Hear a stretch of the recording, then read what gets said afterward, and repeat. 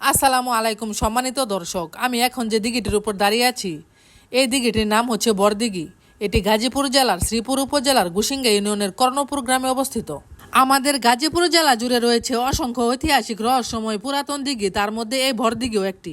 গুসিঙ্গা বড়দিঘি গাজীপুরের শ্রীপুর উপজেলার কর্ণপুর গ্রামে অবস্থিত, যার সাথে কলচুরি রাজা লক্ষ্মীকর্ণের রাজবাড়ির ভগ্নাবশেষ এবং হাজার বছরের ইতিহাস জড়িয়ে আছে। এই দিঘিটি হাজার বছরের বেশি সময়ের একটি লুকানো ইতিহাস বহন করছে এবং এটি কালের সাক্ষী হিসাবে দাঁড়িয়ে আছে। দিঘির পশ্চিম পারে কলচুরি রাজা লক্ষ্মীকর্ণের রাজবাড়ির ভগ্নাবশেষ পাওয়া যায়, যা এই স্থানের প্রাচীন গুরুত্ব নির্দেশ করে। জনশ্রুতি আছে বহু শত বছর আগে কোনো জমিদার বা স্থানীয় প্রভাবশালী ব্যক্তি জনগণের পানির চাহিদা মেটানোর জন্য এই দিঘিটি খনন করেছিলেন। গ্রামীণ সমাজে দিঘি খনন ছিল ধর্মীয় ও সামাজিক পুণ্যের কাজ, তাই জমিদাররা এ ধরনের বড় জলাশয় খনন করতেন। দিঘির আকার বিশাল হওয়ায় স্থানীয়রা একে বড়দিঘি নামে ডেকে আসছে।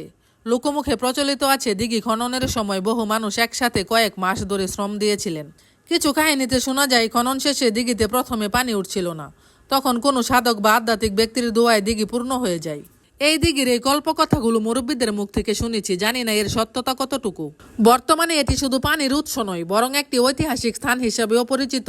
দিঘির চারপাশে এখনও স্থানীয় মানুষের সমাগম হয়ে অনেকে মাছ চাষও করে থাকেন। পরিশেষে বলা যায় গুসিঙ্গা বড়দিঘি কয়েক শত বছরের পুরনো, স্থানীয় জমিদার আমলে খননকৃত একটি ঐতিহাসিক দিঘি, যা আজও গ্রামীণ ঐতিহ্যের সাক্ষী হয়ে দাঁড়িয়ে আছে।